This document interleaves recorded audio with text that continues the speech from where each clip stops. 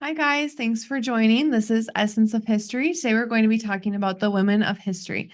This is a specific episode about women who have dressed up as men to do what they had to do throughout history. I'm Amanda Armagast. Dominic Moore. I'm Dr. Abbasi for Essence. So, I chose this topic because I have a book about Catherine the Great. This book is about 100 years old. I haven't personally had a chance to read it, but Dominic knows a little bit about a few of these women, and so does Dr. Abbasi. So I'm going to be here to mostly ask questions to help you guys understand more. Okay, cool. Well, actually, Catherine the Great is kind of a good introduction here with the book, because one of the most famous cases I know is authors. So back in like the 1800s, it was very, very uncouth to be a woman publishing novels or whatnot. And so there's a famous trio, the Bronte sisters. Emily Bronte and Charlotte Bronte are the ones that I'm most familiar with. I can't honestly remember the name of my third sister, and I'm so sorry if you're related to her. I'm sure she's great. I just can't remember the book she wrote. But Emily is really well known for Wuthering Heights, and her sister Charlotte's the one I like more, but other people prefer Emily. She wrote Jane Eyre, which a lot of people had to read back in high school, but then another one that I liked more called Villette. But What is the, can you in few sentences say what is Jane Eyre was about? Yeah. So essentially, this is one of the first novels that comes out in first person of a woman, like from their perspective. And so, like the first novel ever, or first novels by them? I don't know if it's the first novel ever, but it was definitely a surprise for the time. That was one of the things that people liked a lot about it. They go, "Oh my gosh, this is like a first-hand account. Was this really her diary?" But or no, okay, this is just the story. These are British. Yes, right? yes, Okay, or maybe it's French. I think French. Bronte sounds French a little bit. No, but Jane Eyre, the name and is Yes. Jane Eyre, yeah. Yeah, I'm pretty sure they're French authors writing a British. Anyways, they moved when they were young. Regardless, Jane Eyre essentially is a story of a woman who is kind of making her way through life. She ends up in sort of a relationship with a man that she meets on the road, only to find out later that he's actually married and all of those other sort of fun soap opera kind of style things. That's a TV show. Exactly. But this was the 1800s. Somebody was reading that and going, "Oh, good heavens. He's already been wed? No. Jane, what will you do?"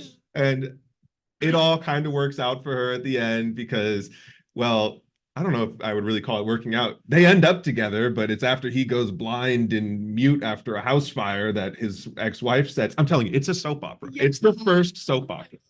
And a lot of people really liked Jane Eyre. I liked the sequel a little bit more because personally, I'm sorry, Jane, but I always thought Jane was a little whiny and always kind of woe is me in it. I loved Lucy in the next one. She hates you as the reader and she hates the rest of the world. She's a rebel. Yeah, exactly. Well, it is the time that, especially in Europe, now for people who listen, everything conception that you have about woman, man, discrimination, and so on, is a Western concept. So not every culture is like that. Like, and we don't need to go to depth of it, but it was a time as a woman, you weren't a full person. Yeah. As a matter of fact, when you marry, most of women take the name of their man. Yeah. The man is Mr. John Smith. The woman becomes the mistress of John Smith or Mrs. John Smith. That is how you were actually introduced when you would come. Here comes Mr. and Mrs. John Smith, not Mr. and Mrs. John and Jane Smith. Here comes Mr. John Smith and his mistress, property more or less, and culturally, especially in that time, I think the Victorian era was one of the worst era in human history, where truly they codified all these horrible things about the value of a person, caste, class, woman, and so on. They codified it and then in most of the rest of the world, they actually in Western world, they took over those values. And that really set us back for hundreds of years in, woman emancipation and so on and so forth. So we are talking about that time. Like we barely could do anything until the 70s. Like, Yeah. oh, Yeah, Well, thanks That's- to Victorian era, that's what I'm precisely, saying. precisely. That, they codified all this misconception, all this, that the woman should learn how to knit and please the husband. That's the duty of a woman, is to knit, make dress, and they make clothing and please the husband. Mhm. but this is off Not topic. writing, not science, not Yeah, anything Yeah. else. anything knowledgeable. Yeah. This is off topic, but it's kind of like to do with that. I was talking about this with my friends the other day. Hmm. Why during like wartime, when you're talking about civilian casualties, it's this many women and children. It's always women and children. Like, So that as well comes from the Victorian era, that is that military code of ethics. ethics, Mhm. that you don't kill people who cannot defend themselves. Mhm. And by tradition, women, They can't. children, elderly, they couldn't defend themselves. They weren't ever part of the army. So if they died, men, you could always justify they were combatant. Yeah, But exactly. woman, there is no justification whatsoever. But that child, that woman wasn't in the army. If they died, Mhm. you broke the code of ethic. So, and I think as well that that still means something. It Mhm. means something, but now women are in the military too. Yes, but Yeah. but generally still most of the military combat is done by men Yeah. and so on. So, and that is, I think, the background of that the women, they were nurses, but they weren't ever picking up the weapon and shooting back. And it's so- always been known you can't kill a medic. Yeah, well, then that is that is the whole idea again from the Victorian. There are roles women can play. There are so many more roles women cannot play, like writing a book, Mhm. literally going to school besides reading and writing and so on. So, Yeah. so that is the time we are talking about Mhm. when your authors broke conventions. Yeah, and they actually had to, all three sisters took up different pseudonyms for male names, and that's how they published their books. And interestingly enough, too, that's part of the reason why they got so much acclaim for it, is because other people were reading this and go, how does a man know a woman's mind like this? Never before have they wrote such a scathing masterpiece. And then a couple years later, What year was it? it's early 1800s, I think, Early like 1800s. 1810s, 1820s or so, something around Mhm. there. Because lots of men did try to write for women. They Like- still do. And Yeah. it's so obvious. The one that I remember, I used to read a lots of books when I was very young, and I read a lot of book by a French man. His name was Balzac. Hmm. And it's a weird Yeah, name. yeah. Balzac. Yeah. Balzac. That was his name. What did he write? About like all these intrigues and so on. I read almost all his book until I get to a book called The 40-Year-Old Woman. And halfway through that book, all of a sudden it dawned on me, like a bulb went on. This is all garbage. I have to read garbage. Wait, why? Like, why? What was garbage about it? Like, what was he saying? It is like, I noticed from reading all his book, he has the only one team and he just recycles it. The name changes, Mhm. that the woman is being, treated poorly by man or intriguing against a man and Mhm. intrigue between two people against one. It is always the obvious and trivial love triangle and so on. Mhm. And but it was interesting that I had to read almost 90% of his book, and in the middle of the book, I just could not continue anymore. And I was 16 years old. Oh, I noticed that this is garbage. know? That must mean something He- then. and he wrote a lot of book, and the reason I ask about your author, because I think he later on tried maybe to replicate some of the genre, because I asked you what the plot was because of this. You Mhm. see the love triangle Yeah, and yeah. so on. So I think he just read few of that and tried to just replicate Well, a love triangle is Yeah, but- not a new invention. But isn't that interesting that his name, no, that, I'm not joking. His name is Honoré de Balzac. Hmm. That's his real name. And that 40 years later, his name makes so much sense to me. But I guess that was just the time back then, you know? They're like, hey, we've got a new market. We're gonna throw it all in here. Yeah. Try it out. Okay, Yeah. very good. So Okay, that was in the 1800s when those women were writing Mhm. books. Why could not women write books like as their own author? So the biggest thing I've seen is that they just thought they wouldn't be smart enough or have anything worth saying. for a And long time, they thought women have half of the brain of a man. yeah. And a publisher's not going to roll the dice on that. You know, they at that point too, literature isn't everybody. You don't really have the Barnes and Noble you go down to and go, "Ooh, let me pick up Jane Eyre. I've heard great things about this. Read it with my friends." It's you and your snooty aristocrat bros that you've been having champagne on your dad's chateau with all weekend decide, "Oh, Mama says I have to go learn. Well, I guess I'll go read something." And then Jane Eyre comes across. Yeah. And you go, "Well, this isn't boring at least." Yeah. The women weren't allowed to go to university. Actually, you remember we made a TikTok about that in Poland, Marie Curie could not go to school. She had to go to homeschool, and they created a group of intellectual women. They would train and educate the girls in the private home because they weren't allowed to go to. And then when she went to France, all of a sudden, France had been always more progressive than the rest of the world. Okay, way more than British. Unfortunately, we took lots of British habit, not French habit. Mm. That even that the freedom in the seeking your partner and so on and so forth. If you haven't watched the movie Napoleon, you get a good idea. The new movie. Oh. Yeah, with Jacqueline, whatever, the Joker. Oh, the Joker. Phoenix? Joaquin Phoenix, yeah. So when when actually Madame Curie went to France, it was like a unbelievable, it's a sigh of relief for her that she could really work, even though she still had to work under a man, her future husband, and lots of things. They wanted to give actually the Nobel Prize for the work she did to her husband, and the husband refused. Oh, good man. As he should. Well, that is the amazing part that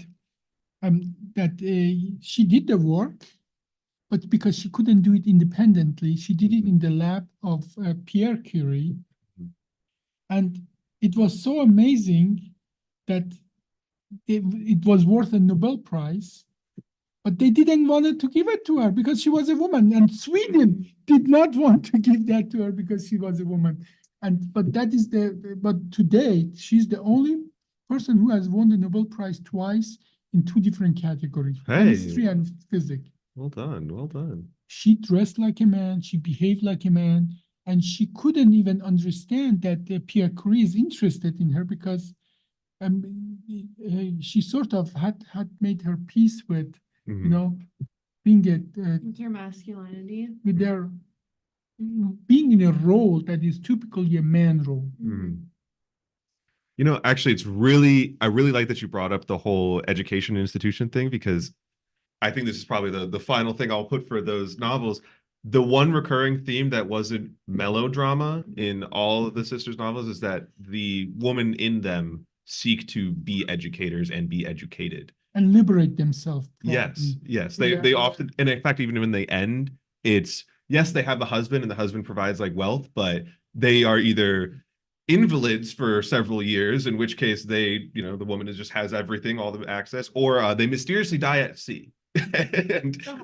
Yes. Well, they used to die a lot at sea. Oh, yeah. If you read the British literature, in almost every single of them, a man dies at sea and a woman dies at childbirth. Because that was the reality of life. That's true. Charlotte Brontë died from childbirth. She did. No, but do you know why British woman died that's a trivia.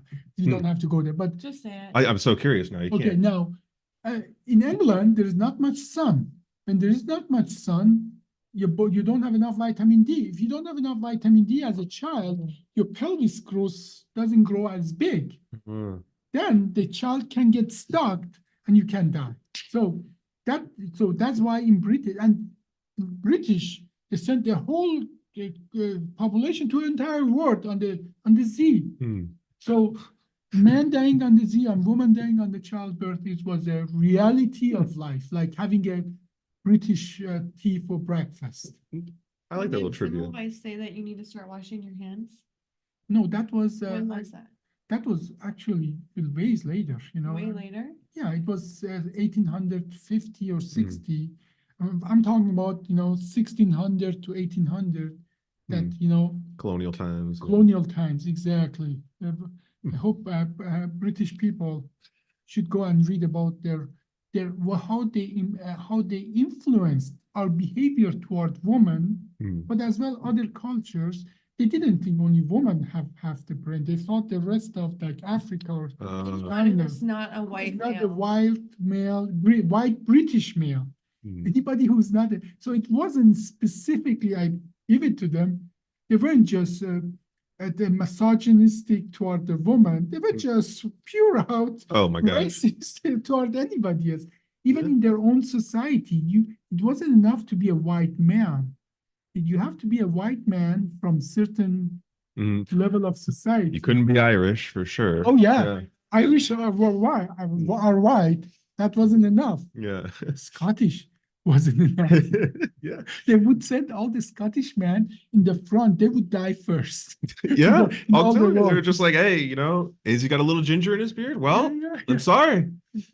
Yeah, some things don't even change because that is not just British culture, it's a lot of cultures. yeah, it is. And it's still around today. Yeah. Like, even in Latin cultures. Well, I think this is I guess we can bring up more women now too. So we have Yeah. a couple, if we're talking about this era of British history, I guess Joan of Arc is probably a good transition because she was Sure. during was the killed 100 by Years British. War and killed by the British. So we're just keeping going with the offenses of the British here. I guess that's Yeah, so this is like No, actually an anti-British. It's not necessarily British, Not but me. it is very Western. Mm, mm. Okay.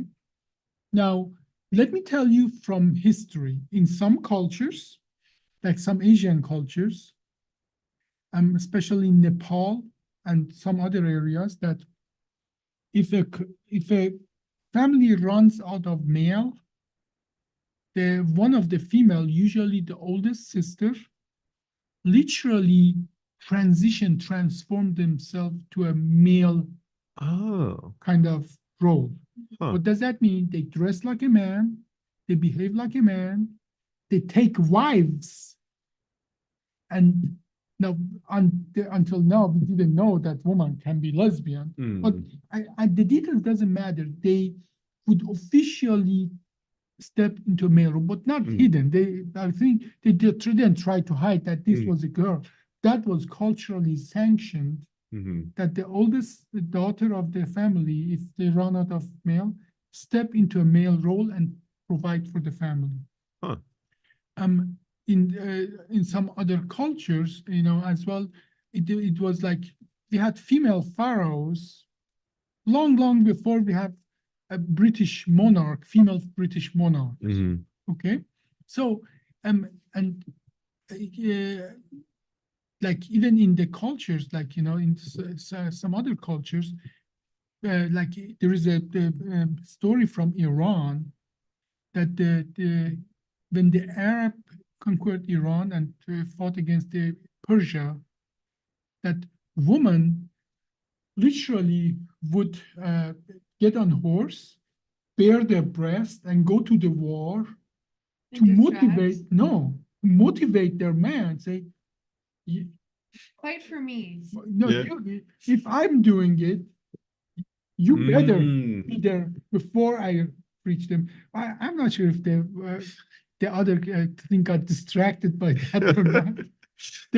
Falling off their horse. I know militaries like to use weird tactics. Like Yeah. during the Cold War, didn't the US drop extra large size condoms, but make them say regular? over over That is so over mean. Russia. That is so mean. Our taxpayer dollar. Yes. They never fought against Or the over Russians. somewhere. Yeah, They dropped them with Japan, planes. probably. I don't know where Yeah. it was, To, but to diminish their I thought it was during the manhood. Cold War. Gosh, Yeah, I they put condoms that said like it was a normal size, but But they the were like really huge. big. Yeah, Yeah, I just love the idea of being like, all right, I'm gonna buy some bread, Well- and I understand that 7% of this is gonna go to flying condoms over Japan. Thank you. I love the idea of being on the marketing team. Like, you guys, what if we try condoms? So, but we are getting far away from the Yeah, Yes, we yes. are. from We the are. thing. So, So why did Joan of Arc want to be in the war? That's something that I didn't understand. I remember Mm. when I was younger, I learned about these like women having to dress up as men because they weren't treated fairly. And I remember hearing about like a baseball player who did it. And I understood that, like, okay, if you like sports, you want to probably play baseball. Yeah, But yeah, like playing the league we with have a name for that. We call them tomboys. no, I'm specifically talking about women who pretended to be men. Yes, but yes, No, but that's not a tomboy. that extreme way of expressing yourself as a man when you're a woman. I mean, changing your identity and telling other Okay. people, like, my name is not Nicole. My name is Nicholas. Gotcha. So that way she's not playing in softball, she's playing In in baseball. Okay. Yeah, but like, why did Joan of Arc want to be a man to be in the military? That's something that I've never understood is women wanting to be dress up as men to Okay. be in the military. Something so dangerous. Wars risking- make risking never your life. sense. Yeah. Mhm. War make never sense. But at that time in the history, French and British, they were monarchs, and they had like British people have some territories on the mainland Europe, Mhm. and French and the British, kings, they were just this was for them like a chess play and Yeah. personal thing, and the whole country had to Mhm. comply with that. And then later on, obviously, as well, when the British became Protestant and the French were still Catholic, Mhm. then what do? When you need war, you find a reason why you're Holy Very war.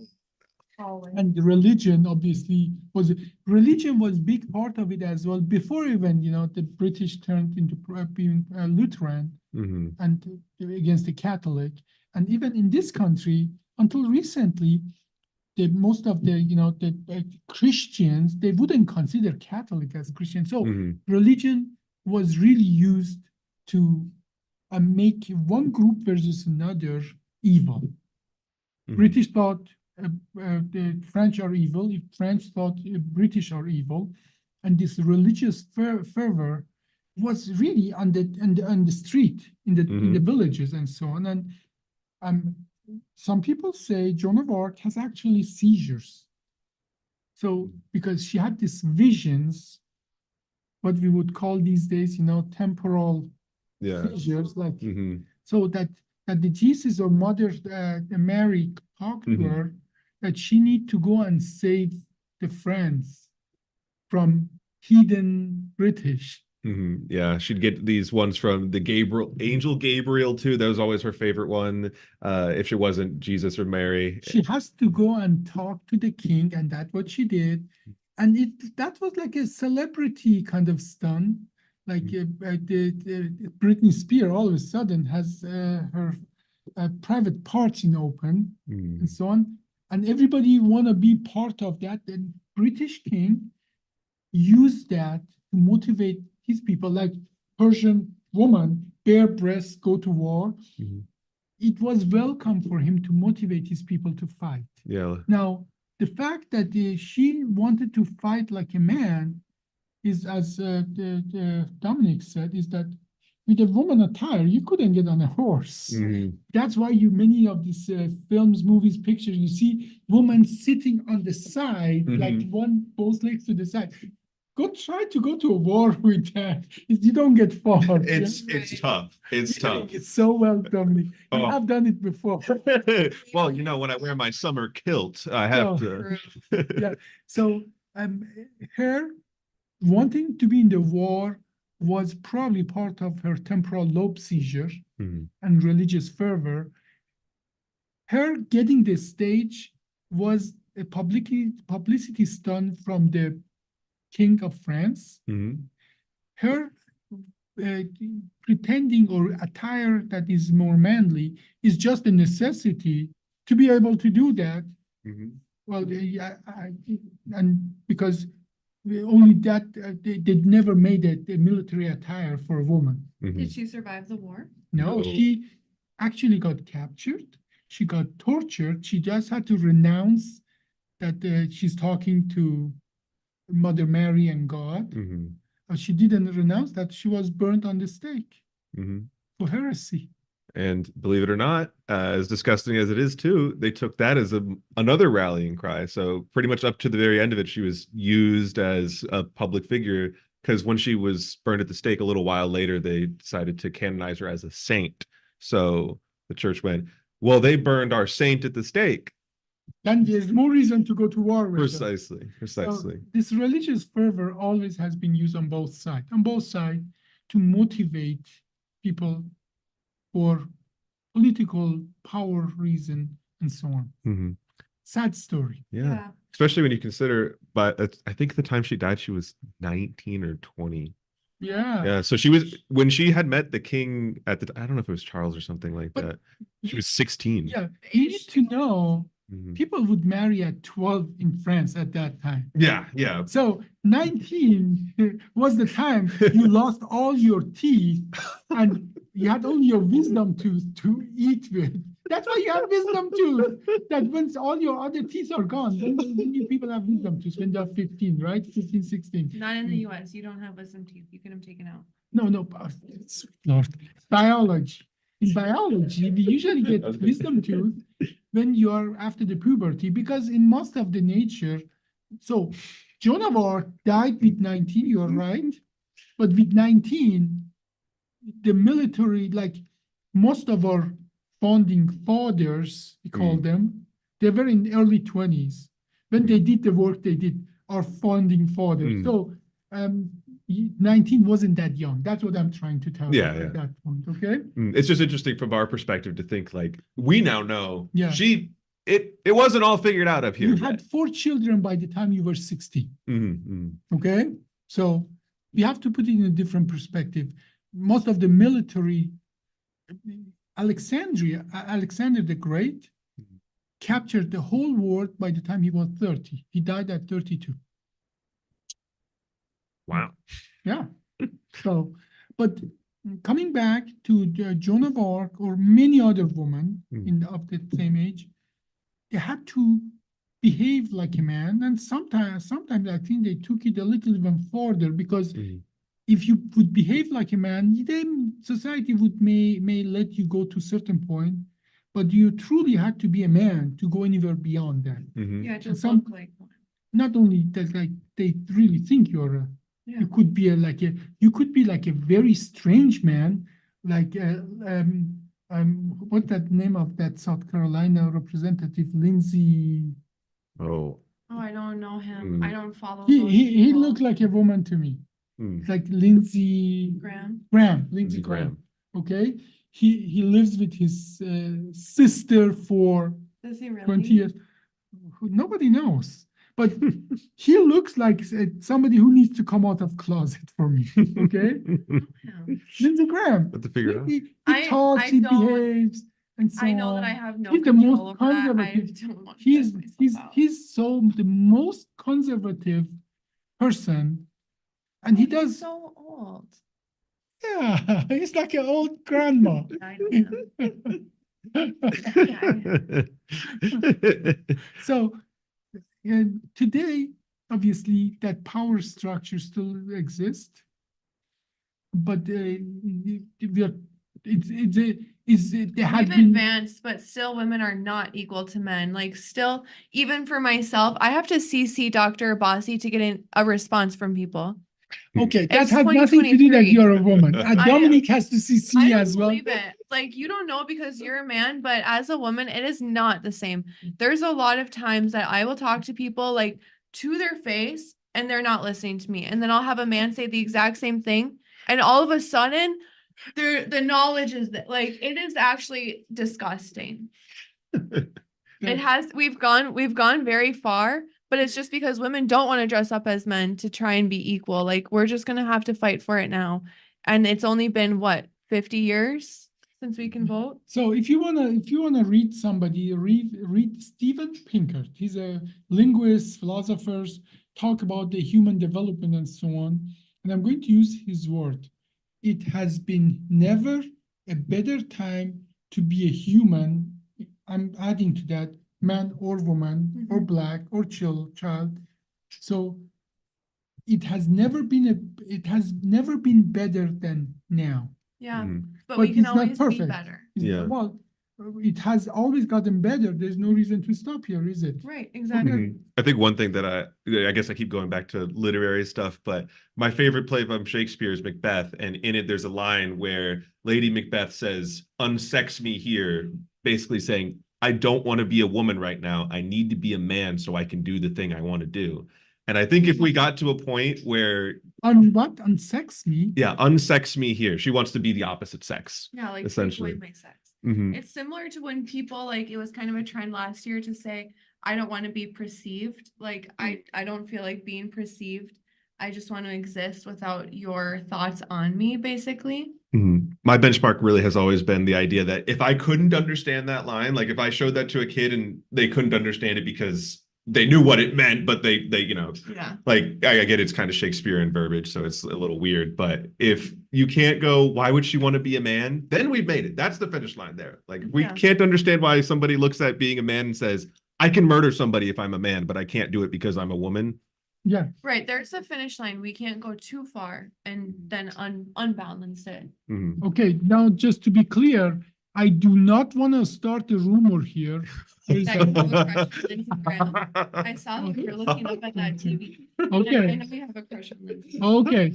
I do not want to start a rumor that Lindsey Graham is a closeted woman living with his or her lover, and it just became they pretend to be a man to be He's having remorse for starting the rumor.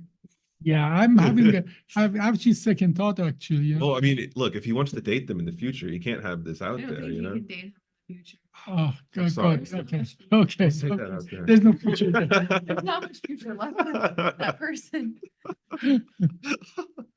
All right. Well, Do you want to talk about Catherine the Great? Well, yeah, Catherine the Great is another story of a very powerful woman. So why don't you have the book? Why I don't you haven't read the book. tell me what do you know about the Catherine the Great? I just looked at the book the other day. I just opened it for the first time the other day. So I don't know a lot about Catherine the Great. I was actually hoping that you would know.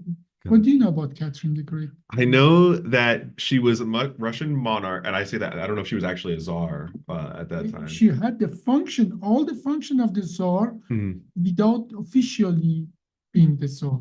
Yeah, that's what I thought. Because you can't, like, at that time, you could not rule as a woman. You still had to be like the man with the divine whatever. That the very young boy was officially the Tsar, Yeah. but she was the practically in all effect ruling the one of the biggest empire in the world, the Russian Empire. Yeah, she was like his crown regent at the time or whatnot. So she was making policies. And in fact, I'm pretty sure she's historically at least one of the most well-known Russian czars at that point. Well, I keep saying we'll go with monarch. We'll just put her as a monarch. She's queen. She's a queen, at least. So that's pretty much where I go. Well, And I know she had to dress up as a man.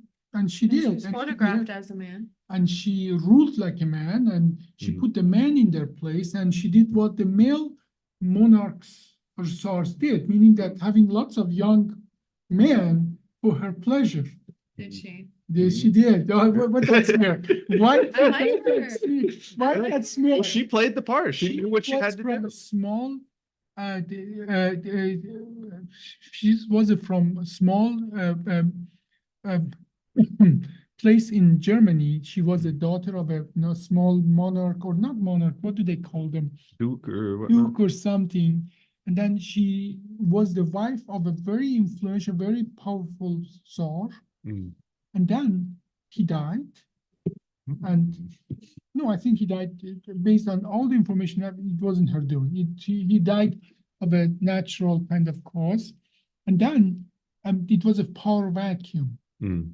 And it wasn't ever at that time expected that a woman can fill that power vacuum, but she did. Mm. And she was a good ruler. She's the person who modernized Russia. Russia was the backwater of Europe. Russia was like Guatemala of Europe. Mm.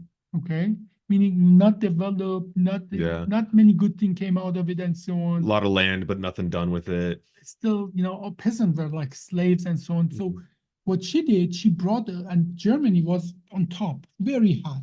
She brought lots of German, scholar, handymans, people, industry people, and it was a huge migration of German population in Russia and Ukraine. Mm. And that sort of modernized the entire Russian country, and the effect of what she did was felt 100 years later, even because Russia developed faster than any other European country after that period. Mm. She had the right policies. Mm. The right policies invest in education, bring people who can help us to develop our industry and so on, bring a scholar, universities and so on. She had all the right policies. Mm. Which you have to imagine comes in part from the idea, that open-mindedness of, hey, there's smart people over here, they can teach us over here.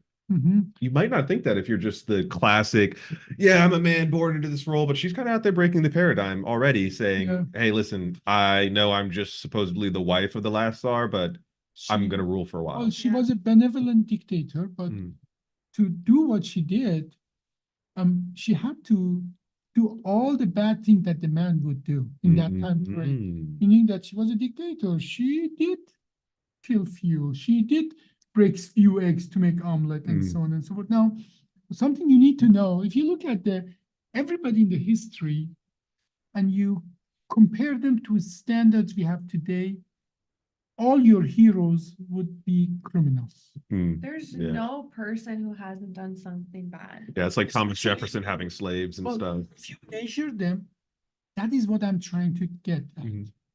You have to measure people to their time, to their surrounding. They are better than the rest of the people around them. Like Jefferson. Yes, Jefferson had slaves and so on, like many people around them. But you compare him you have to measure people to their time, to their surrounding. Because if you measure the whole strength of whoever to today's standard, everybody will be a criminal.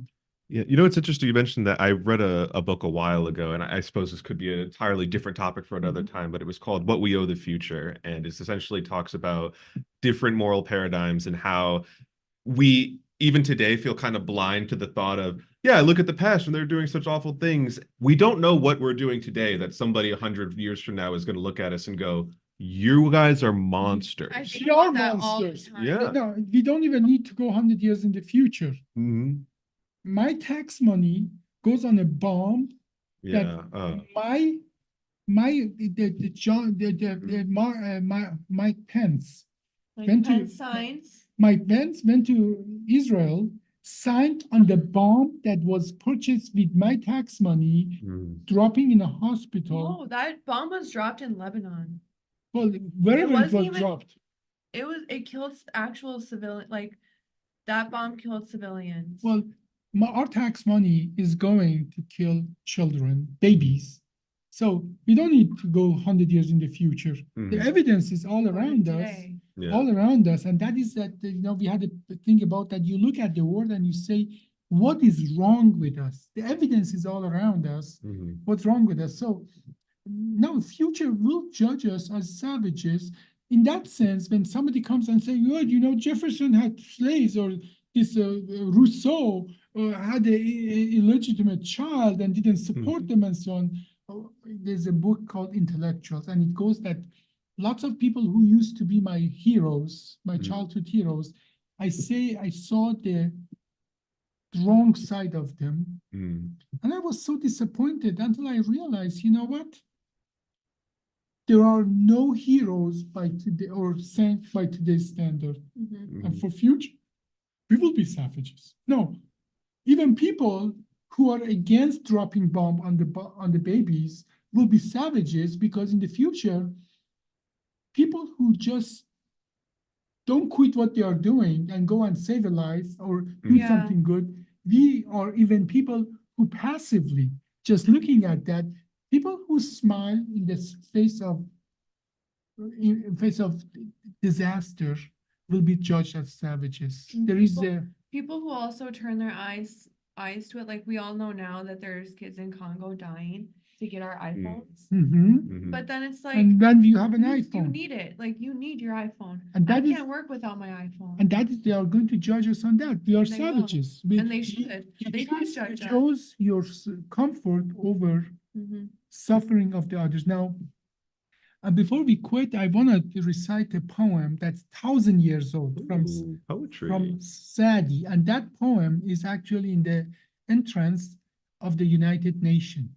Mm. Okay, there are two Persian relics that are in the entry of the United Nations. One is the Cyrus cylinder, the first human right that you cannot enslave people. You have to have a religious freedom and so on. That is 2,500 years old. And this poem is 100 years, 1,000 years old.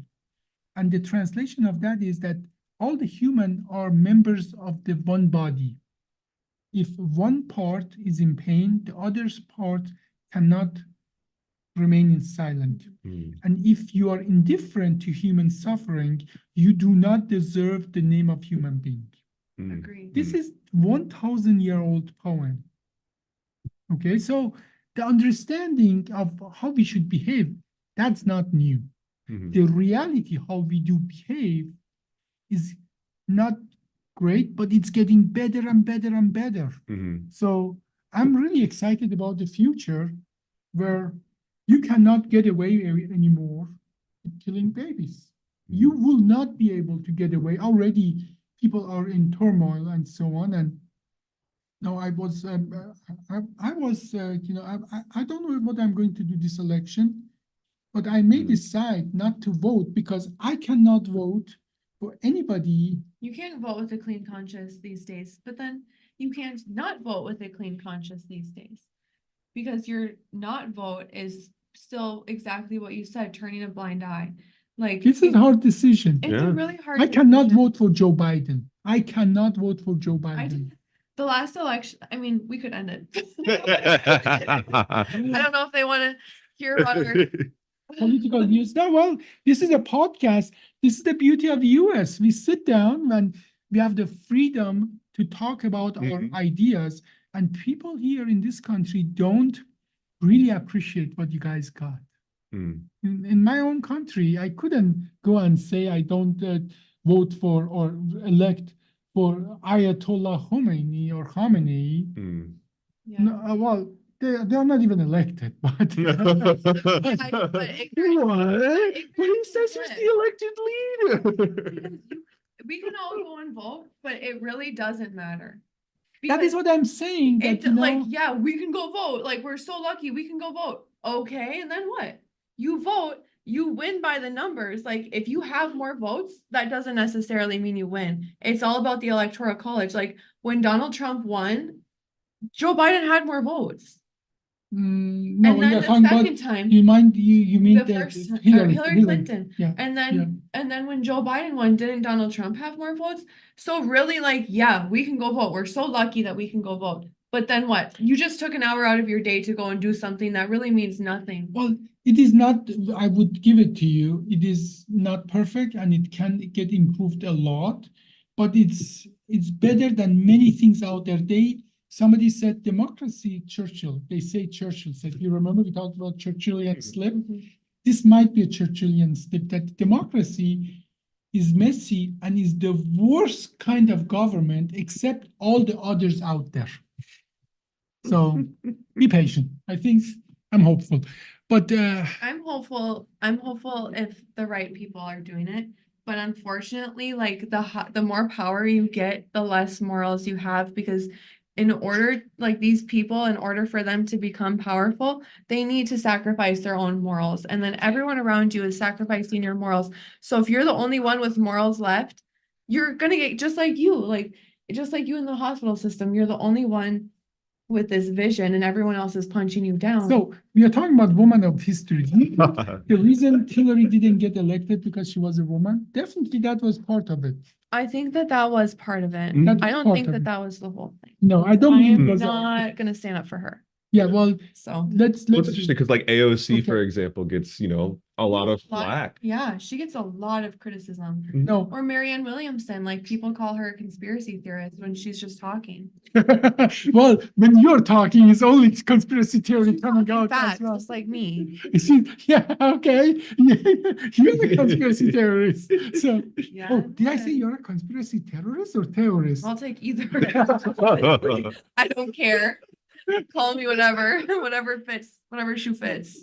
Thank you guys for watching. This was Essence of History. Today we talked about the women of history. I'm Amanda Armagast. Dominic Moore. And I'm Dr. Abbasi for